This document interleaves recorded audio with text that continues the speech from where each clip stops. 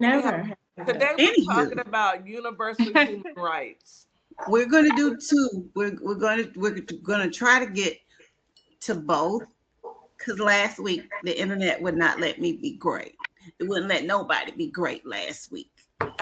So it cut Wait, me off and shut me down and kicked me out. It kicked Kitty off a couple times. The internet tried us. So we're going to start out talking about HIV awareness, because we didn't really get to talk about that. And then we'll roll over into universal human rights. Okay.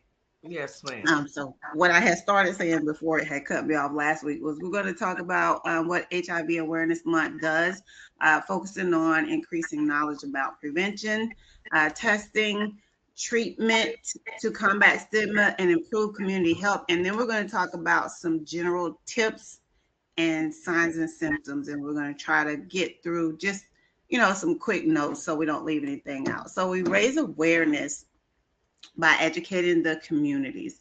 When you go out to the mall and you see people that have the signs up, most people just walk past it. A friend of mine and myself, we went in Savannah, and we did one of the free testings, because that's one of the things they actually offer is a free testing. And if you stand there and talk to them long enough, they'll hand you pamphlets and you can read up on them.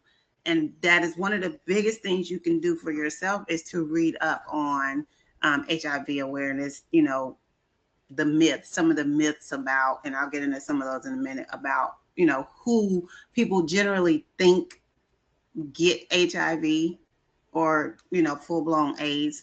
And it gives you a little bit of education so that you're not just scary when you go around someone and you find out they have it. Because back in the day, you would think, oh my goodness, I can't touch anything they touched. I can't drink anything behind them. I got to clean the bathroom after they leave. And that's embarrassing. That's kind of disrespectful. Just because you're uneducated about it, you don't have to treat people, like that.